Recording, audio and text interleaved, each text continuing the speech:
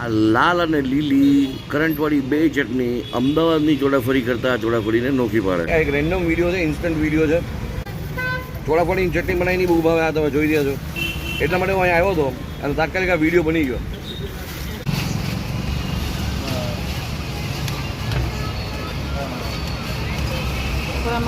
બીજે ખાય પછી અમારા ખાતા કોઈ બીજે ખાતાય નથી ઢોકળા. અહીંયા જ આવે. મને આ વસ્તુ પણ ગમી, કાં તો પ્લાસ્ટિકનો ડબ્બો હોય ને કાં આ વ્હાઈટ પસ્તી છે.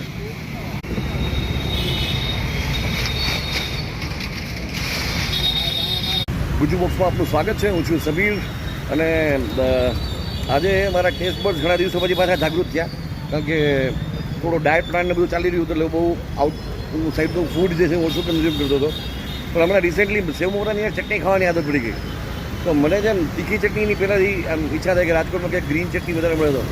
આની પહેલાં આપણે સેન્ડવિચ સાથે ખાધેલી હતી, પણ હવે એ અહીંથી ફાર ફેચ થાય, દૂર થાય, ડિસ્ટન્સ બહુ હતું.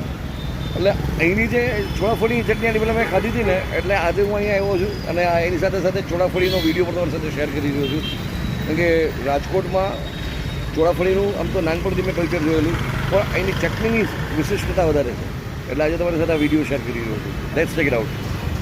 એક્ઝેક્ટ એડ્રેસ તમને દેવું, રૈયા રોડ ઉપર આવ્યો છું. રૈયા રોડ ઉપર આ છે નેસ્ટ સ્કૂલ અને આ છે નાગરિક બેંક અને એની બાજુમાં છે સામુદ્રી ચોળાફળી, જ્યાં તમને આ સાયાની કાકા અહીંયા સામુદ્રી ચોળાફળી વેચતા જોવા મળી જશે. આ બ્લુ રિક્ષા જે છે એમની આ જગ્યા છે. અને બીજી તમને વાત કહી દઉં કે માત્ર ચોળાફળી જ નહીં, લાઈવ ઢોકળા અને ખાસ કરીને શ્રાવણ મહિનામાં એ લાઈવ પેટીસ પણ એ વેચતા હોય છે. પણ એમની ચોળાફળી જે છે એ દશેરાના દિવસે અહીંયા સેંકડો કિલો વેચાતી હોય. ટબના ટબ જે છે અત્યારના આમ જુઓ તો બેક ટુ બેક અહીંયા આવીને એમના પ્રોડક્શન હાઉસમાંથી અહીંયા ઠલવાઈ જાય. અને અહીંયા એમનું સતત સેલિંગ કાઉન્ટર હોય છે, સવારે 10થી લઈને રાત્રે 10 વાગ્યા સુધી. અહીંયા બે સ્ટાઇલની આવે છે, લાંબી પણ આવે ને આ રીતની. અમદાવાદથી મારે દુબઈ ગઈ એક્સપોર્ટ થઈ માલ. એમ? અરે વાહ. મને એમની ચટણી જે છે ને ચટણી બહુ ભાવે. અહીંની જે તીખી અમને જરા ખુલ્લી બતાવો ને ચટણી હોય તો. ડબ્બો બતાવો ચટણીનો.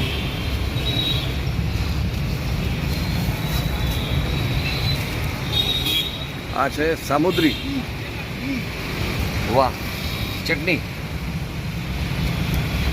આ લાલ ચટણી.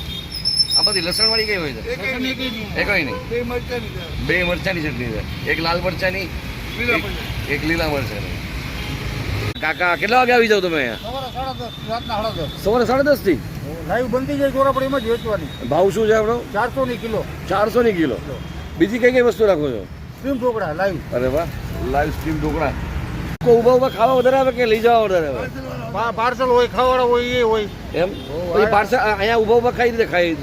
પાછળ ટેબલ ખુરશી છે ને, ટેબલ ખુરશી પર ડિસ્ક રાખીને. આમ ચોળાફળી બનાવતા કેટલો ટાઈમ લાગે અંદર? 20 કિલો ચોળાફળીમાં 3.5 કલાક થાય. 3.5 કલાક? 20 કિલો. બરોબર. અને કઈ વસ્તુની બેઝિકલી ચણાના લોટની હોય કે ખાલી ચણાનો લોટ જ, બીજું કાંઈ નહીં? બીજું કાંઈ નહીં. મેંદો, મકાઈ, અડદ લોટ તો કાંઈ ન આવે. લોકો ઘરે ચોળાફળી બનાવવાની ટ્રાય કરતા હોય, પણ તમારા જેવી ન બને એનું કારણ શું? એમાં શું છે કે આવડતનું હોય, રીતનું હોય, એમની વસ્તુ લોટમાં ફેર પડી જાય. અને સ્પેશિયલી તમારી જે ચટણી છે, અમે જે છે ને ચણા દાળ ને દાળિયા દાળ ત્રણેય પલાળી મિક્સ કરીને પછી માલ બનાવી. અને જે ચટણી છે તમારી એમાં એક અલગ કરંટ છે, અલગ ચટણીની જ કિંમત છે. ચોળાફળી આખા રાજકોટમાં મળશે, બરોબર. પણ ચટણી જે છે એ મારા સિવાય કોઈ નહીં બનાવી શકે. અમદાવાદ કરતા કઈ રીતની અલગ ચટણી છે આપણી? અમદાવાદમાં પુદીનાવાળી આવે, અમારી લાલ લીલી બે આવે. આપણી લાલ લીલી ખાલી મરચાવાળી છે. મરચાવાળી. વાહ, બહુ સરસ. એક્ઝેક્ટ લોકેશન ફ્રી પાછું જણાવી દઈએ, રૈયા રોડ ઉપર નાગરિક બેંકના ખૂણા પાસે. મારે દશેરે ચોળાફળી બહુ મહત્વ. વાહ. આખી રાત જાગવાનું હોય. નોમને દિવસે આખી રાત જાગી અને દશેરે સવારના સેલ કરી, એટલે આખી રાત જાગતા હોય અમે. અરે બાપરે. 500 કિલોના પેકિંગ જ હોય. અરે વાહ, સરસ. હોની લાંબી કરો ગરમ કોરી ચટણીમાં. આજે માઇક લીધા હોય ને આવ્યો છું, એટલે કાકાનો આજુબાજુનો તમને અવાજ સંભળાશે. પણ તમને જણાવી દઉં કે આવ્યો તો એકચ્યુઅલી ચટણી લેવા માટે, પણ ચોળાફળી ખાવાની ઈચ્છા થઈ ગઈ. અને મેઇન તો અહીંની ચટણીનું ટેમ્પટેશન મને વધારે હતું. તમે જુઓ, અમદાવાદની ચોળાફળી કરતાં અહીંયા ચટણીની દ્રષ્ટિએ પડે અમદાવાદ કરતાં થોડી સોફ્ટ હોય છે અહીંયા ચોળાફળી. ચણાનો લોટ જ આવે, બીજું કાંઈ ન આવે આમાં. રાઈટ. 2001 6 વર્ષ થયા પેઢીને. 2001 છે. જુઓ ભાઈ, આ એક રેન્ડમ વિડીયો છે, ઇન્સ્ટન્ટ વિડીયો છે. આ વિડીયો બનાવવા માટે મને પહેલાંથી કોઈ મગજમાં પ્લાન નહોતો. ચોળાફળીની ચટણી બનાવીની બહુ ભાવે, આ તમે જોઈ રહ્યા છો. એટલા માટે હું અહીંયા આવ્યો હતો અને તાત્કાલિક આ વિડીયો બની ગયો. ચટણી બે નાખો. ચોળાફળી કરતાં ચટણીનો ઓર્ડર વધારે આવે. એટલે ચોળાફળી ટેસ્ટ કર્યા પછી એકચ્યુઅલી હું તરત વિડીયો સમાપ જ કરવાનો હતો, કારણ કે મારે કંઈ વિડીયો લાંબો તો બનાવવાનો નહોતો અહીંયા. જસ્ટ તમારા માટે એક ઇન્ફોર્મેટિવ વિડીયો બનાવવા કે ભાઈ અહીંયા ચોળાફળી આ રીતની મળે છે અને સ્પેશિયલી મારી અહીંની ફેવરિટ જે છે એ બે ચટણીઓ છે.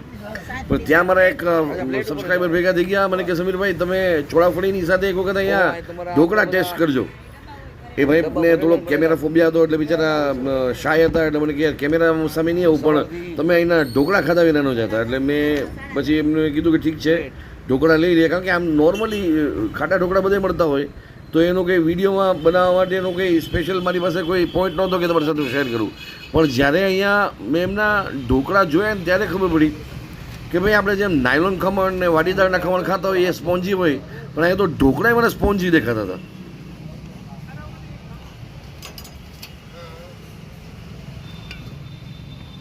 એકદમ સ્પોન્જી છે એકદમ ઢોકળા, એકદમ સોફ્ટ આવે. હા.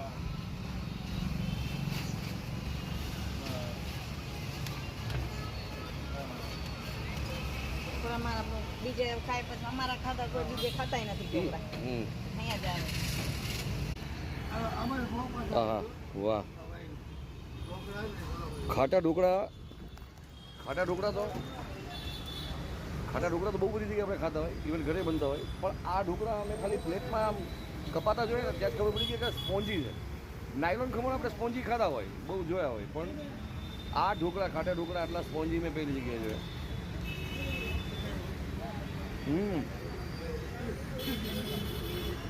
મને એક્સપિરિયન્સ ઘણી જગ્યાએ એવો રહ્યો છે કે જ્યારે અમુક જગ્યાએ ખાટા ઢોકળા છે ને થોડા કડક લાગે ને તો ગળામાં અટવાય. આ ગળામાં અટવાતા નથી. તો મિત્રો આ પણ જગ્યા એવી જગ્યાઓમાંથી એક છે કે જે વર્ષોથી પોતાના ગ્રાહકોમાં તો ફેમસ છે જ.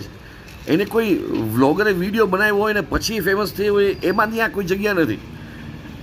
વર્ષોથી એટલે કે 2 દાયકાથી પણ વધુ સમય થઈ ગયો પોતાના સ્વાદ અને પોતાની સર્વિસ માટે થઈને કોઈ જગ્યા ફેમસ હોય તો એના ગ્રાહકો તો આપોઆપ બંધાવાના જ છે. અને અમે પણ કોઈ એવી ફૂડ પિક્યુલારિટી હોય જે શહેરની અથવા ગામની ફૂડ પિક્યુલારિટી હોય જે અમારા ધ્યાનમાં પડી હોય, અમને લોકોનો કોઈ રેફરન્સ આવ્યો હોય તો ત્યાં જઈને એ વસ્તુ ખરીદીને એક ગ્રાહક બનીને ત્યાં જાય છે. કારણ કે પોતે ફૂડી છે, અલગ અલગ જગ્યાની વસ્તુઓ ટ્રાય કરવો એનો શોખ છે, અને સાથે સાથે પાછો સોશિયલ મીડિયા સાથે કનેક્ટેડ રહેવું એ પણ એનો શોખ છે. તો એ પોતાના સ્વાદના તંતુઓને એટલે કે પોતાના ટેસ્ટ બર્ડ્સને લોકોની સાથે શબ્દોમાં ઢાળીને શેર કરે છે. પોતાનો અનુભવ, એને કેવી સર્વિસ લાગી, એને ભાવ્યું કે ન ભાવ્યું, એમણે ત્યાં બીજી કઈ કઈ વસ્તુનું અવલોકન પોતાની દ્રષ્ટિએ કર્યું એક ગ્રાહક તરીકે, એ વસ્તુ શબ્દોમાં ઢાળવી અને લોકોની સાથે શેર કરવી, એનું નામ ફૂડ બ્લોગિંગ. That's it. આશા છે કે મારી વાત તમને સમજાઈ ગઈ હશે. મળીએ છીએ નેક્સ્ટ વિડીયોમાં. જય ગરવી ગુજરાત.